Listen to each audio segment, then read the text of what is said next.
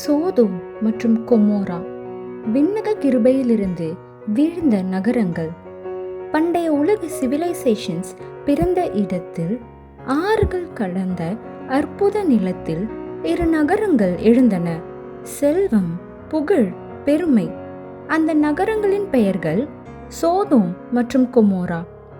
ஆனால் இன்று எதுவும் இல்லை. கோபுரம் இல்லை, ஆலயம் இல்லை, சாம்பல் மட்டுமே, அமைதி மட்டுமே. அந்த நகரங்கள் தங்கத்தில் ஜொலித்தன. அதிகமாக விருந்து உண்டார்கள், கட்டுப்பாடு இல்லாமல் வாழ்ந்தார்கள். ஆனாலும் அந்த புற ஒளியின் பின்னால் இருள் நுழைந்து கொண்டிருந்தது.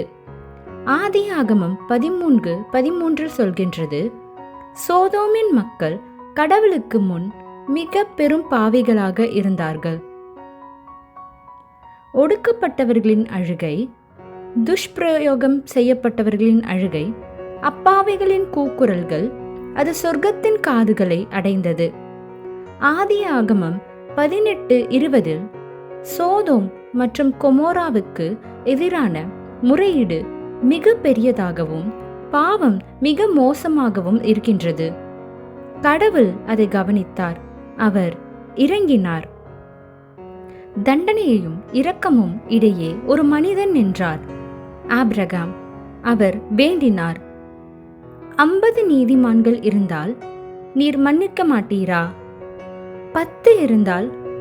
1000 கூட இல்லை, 10 பேர் கூட இல்லை. தேவனின் இருதயம் அழிக்க விரையவில்லை. ஆனால் நீதியும் ஒழுங்கும் பாதிக்கப்பட்டவர்களின் அழுகைக்கு பதிலளிக்க வேண்டும். இரு தேவ தூதர்கள் சோதோமின் வந்தனர். ஒரே ஒருவன் அவர்களை வரவேற்றான், லோத்து. ஆனால் நகரத்தின் துன்மார்க்கம் தெருக்களில் ஊற்றும் பொழுது தேவ தூதர்கள் கூட சோதோமின் சீரழிவின் முழு ஆழத்தையும் பார்த்தார்கள். ஆதியாகமம் 19:13 இந்த நகரம் அழிக்கப்படும், ஏனெனில் அதனுடைய குற்றமுறை கடவுளின் முன் மிக பெரியதாகிவிட்டது. விடியற் காலையில் தீர்ப்பு விழுந்தது. தீ, கந்தகம் வானத்திலிருந்து நேராக விழுந்தது. ஆதியாகமம் 19:24-25 அப்பொழுது கர்த்தர் சோதோமுக்கும் கொமோராவுக்கும் மேல் வானகத்தில் இருந்து கந்தகத்தையும் தீயையும் பொழிந்தார். அந்த நகரங்களை முற்றிலும் அழித்தார். லோத்துவின் மனைவி பின்னால் பார்த்தாள். அந்த ஒரு பார்வையில் அவள் உப்பு தூணாக மாறினாள். கடந்த காலத்திற்கும் எதிர்காலத்திற்கும் நடுவே உறைந்து போனாள். ஏன் இது நடந்தது? இது வெறும் அக்கிரமமா? கடவுளுக்கு எதிரான பழிவாங்கலா? அல்லது தற்பெருமையா? எசேக்கியேல் 16:49 சொல்கின்றது, சோதோமின் பாவம் இதுதான்.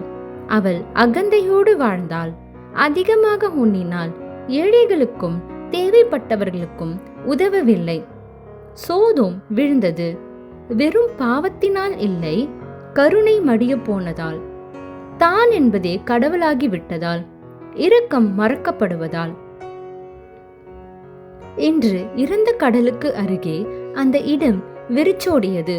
சிலர் சொல்கின்றார்கள், அந்த நிலத்தில் இன்னும் காணப்படும் கந்தக பந்துகள் வானத்திலிருந்து விழுந்த நெருப்பின் சாட்சி.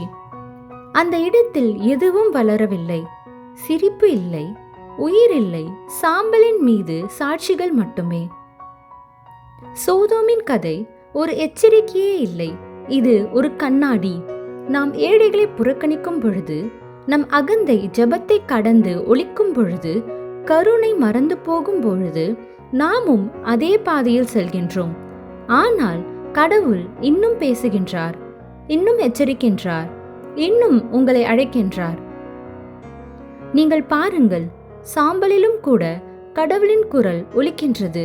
தண்டிக்க அல்ல, தீர்க்க வேண்டும் என்பதற்காக, நம்மை மீண்டும் அழைப்பதற்காக, நினைவூட்ட. அவருடைய இரக்கம் இன்னும் காத்திருக்கின்றது. நம் நகரங்கள் இன்னும் மீட்கப்படலாம். நாம் அவரை தேர்ந்தெடுத்தால் மட்டும். தம்முடைய வாக்குறுதியை தாமதமாக நினைக்கவில்லை. யாரும் நாசமாகாமல் இருக்க வேண்டுமென்றே அவர் பொறுமை கொண்டிருக்கின்றார். 2 பேதுரு 3:9. Better that than a little.